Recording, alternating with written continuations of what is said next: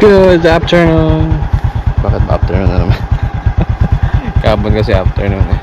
So, good morning mga karanjo. Dito po tayo sa pinapabalatan na mais. So, ayun, nakakuha pa tayo isang mais na sayang naman. Kaya natin doon sa mga nakatambak. So, dito lang po yun mga sabi nila, mga kulang-kulang 2 hektarya daw to. O dito medyo hindi pa siya kita kasi madaming grabe yung damo. So try natin doon, ride tayo doon sa may parte doon para makita natin kung gaano kadami na yung sako. Pero sayang din to, dadalhin pa natin to, bilisan natin to. Ay, isang piraso, makadagdag pa yan ng ilang gramo. Ayan guys, punta tayo doon sa mga nakatambak na sako. Siguro kulang-kulang mga 150 na higit pa sako yung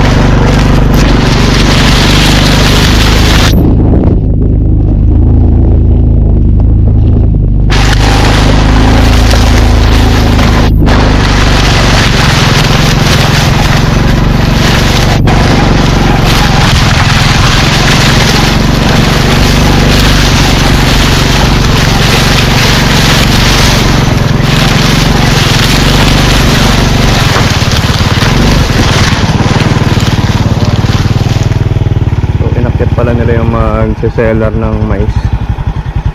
So yan guys, pansin nyo, yan yung tatanggal ng magdatalop nito mga mais na to. So tatanggalin niya, matitira yung tinatawag na ito sa Bicol, pagukpok ang tawag ito yung gitna. So tanggal yung mais na yan, kamaya makita natin yan. So yan na po yung mga nakatambak na sako ng mais. So more or less mga 150 to 160 yan dito sa area na to. So ayan guys, sana yung natin yung kalamayan natin kung tingnan nangyari. Kaso wala mahina yung doon, mahina yung daga doon, mahina yung lupa. So dito, ito po yung ating baon ngayon, JN125. Tinding workhorse yan kahit saan. So guys, start na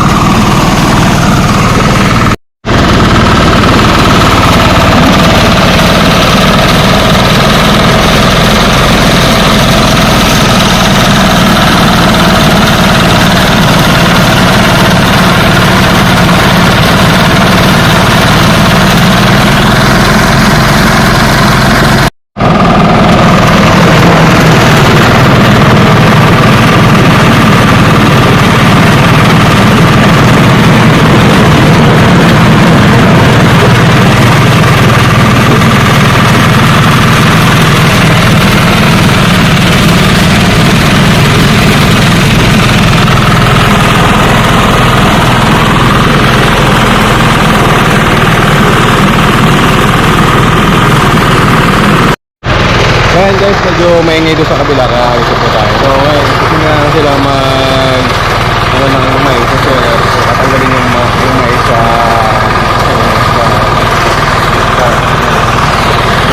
okay, nakita nyo naman kanina diba? Ganun yung medyo maingay na po kaya hindi ma-ready na sa sabi na po tayo sa tabi sa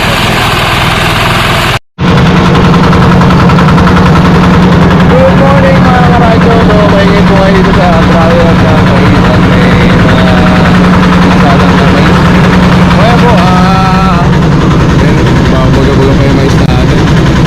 po yung sa atin, doon po yung sa atin. Medyo ano na po yun, dry na. So ito yung bagong salang. Wow. So dito po yung dryer. Kung halimbawa ngayon yung po mag-dry sa tinambo, dito po magpapabayad po ngayon ng dryer. Isang salang niya is 100 sa ako. Kung may putal, di may putol na 4. Maliit lang naman yung putal. So isang salang kasya na yun.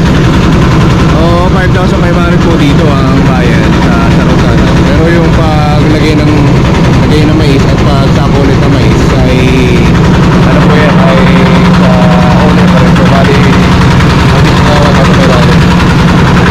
Kaya anong pang gatong po yan dyan? Sa ano, ito ano lang ito pagkakawa mais? Ano na ito pagkakawa ng mais?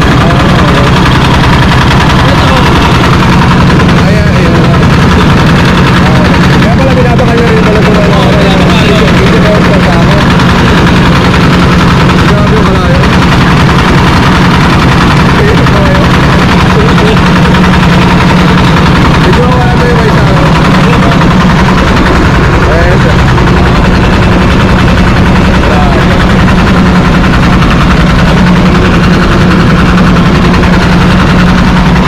Ayun guys, yung pinasala natin mais nandito sa ano, hindi na dito sobrang ingay.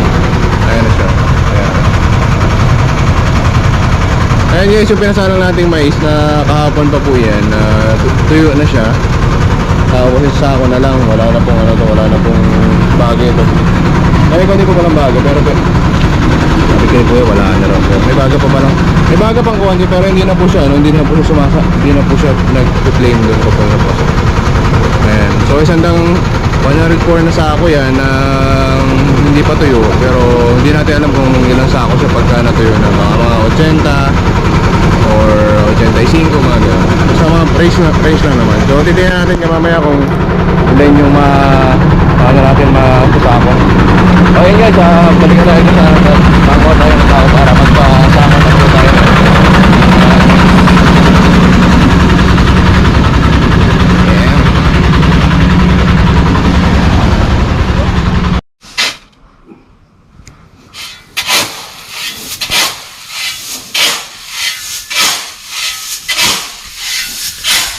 So ayan guys, nagpaano po tayo dito, nagpa-dryer tayo ng mais tayo. So dun po tayo sa kabila na nakapatuyo na. Kasi po yan nag-ano na. Ito na unang salang na ngayon, tapos hinahalo niya na.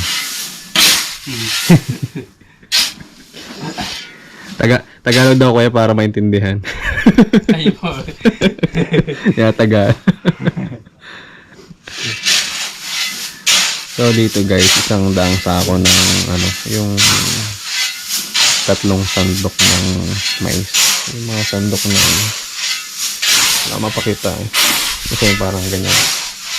Malaki. Pero pagka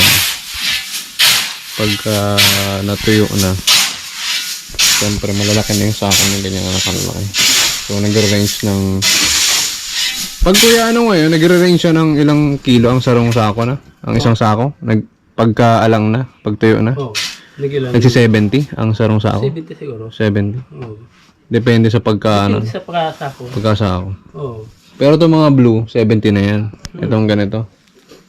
Depende gaya no. Makapanglagyan na yan, no? Ayan, yung sa kabilang dryer. Oo, makapaban lagyan. Oo, madam. Ano ba yung puno talaga? Ito, medyo puno to. Ito, Oo. Oo. Yun, medyo ano to. Depende lang pagkasako. Kagandahan nito, pagka dryer ka na, hindi ka na magbibilad-bilad sa kalsada. Mas madali ka sa dryer kaysa bilad sa araw. Isang maghapon mo lang, no? Ano ka na? Oo.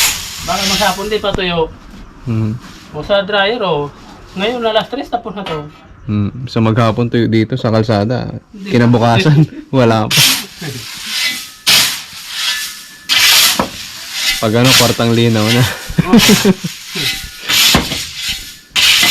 So, ganyan guys ang paghalo dito. Pala-pala. Pala ng halo.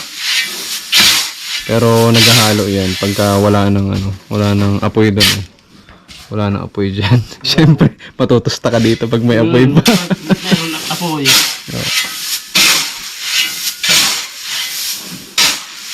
Pag ano kayo dito, pag may putal ka ng mga 10, kasya pa. Baba, putal ka na 10, ano ba, 110. Oo. Kasya pa naman dito. Pwede pa. Oo. Hanggang ilan ang ano, hanggang ilan ang putal? Ang pwede, 100. 100 talaga. Oo.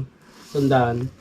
Pag lumampas ka sa 100, magbabayad ka sa operator. Mm. Depende sa'yo kung magkabigay mo. Pero pag ganyan mo, ano, putal mo lang 4, mga gano'n. Ay, okay lang yan. Okay lang yun. Oo. Wag lang yung mga 20. 20 yan, 30. Medyo ano na yun, mahirap na yun. Eh, syempre, mas apaw na ano. Apaw na yan dyan. Oo. Kaso dun guys, dun sa mga yun, may mga cobra na daw dun. Ayan, ito na yung ano pala, in English pa na ito. Nakita ko na English, corn kernel. Tapos yung gitna, corn cob. So yung corn cob, yun yung pinanluluto nila dito. Mayroon ng anaconda. May anak. Di mo okay lang kung anaconda, at ano lang yun eh. Pero kung mga ano na, mga cobra, yun mahirap. Ano saan ba yun? So ito yun. Ito yung mga pinanggagatan nila. So corn cob ang tawag sa English. Tapos yung pinapaluto natin yung corn kernel. So dito yun. Kanina may video ako nun dito. Ito may apoy pa nga ito. Ayan. So dito yung sinasalang. Init pa. So ito yung motor nila. Ganda yung motor eh. May ano ba eh. May ilaw pa. Parang motorsiklo eh. Yamasaki. Maayos pa pala. Double diesel. Tapos ayan, may blower lang pala ito para pumasok yung init sa ano, sa loob niya.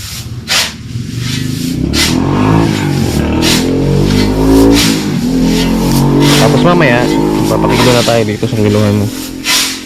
So pag nakilo na yun, isa-isa yun yung 100.